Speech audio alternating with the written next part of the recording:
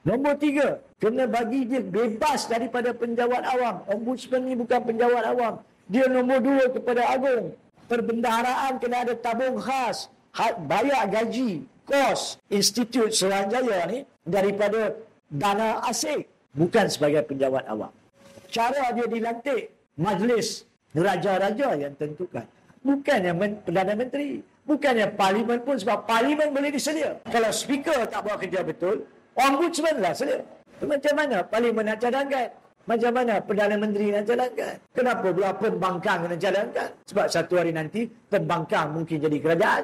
Kalau konsep ni rakyat faham, barulah anda boleh faham apa itu Ombudsman.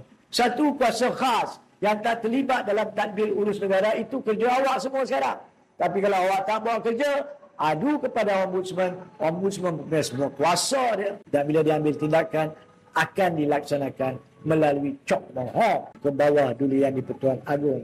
So, kalau kita faham apa itu Ombudsman, maka berbalik kepada soalan pokok tadi. Sebagai rumusan, kepada Anwar Ibrahim, kepada Azalina Osman Said sebagai Menteri Undang-Undang dan Reformasi Institut, apa kedudukan kerajaan anda berkaitan penubuhan Suruhanjaya Ombudsman seperti mana yang saya huraikan tadi, bukan seperti mana yang awak akan autakan nanti.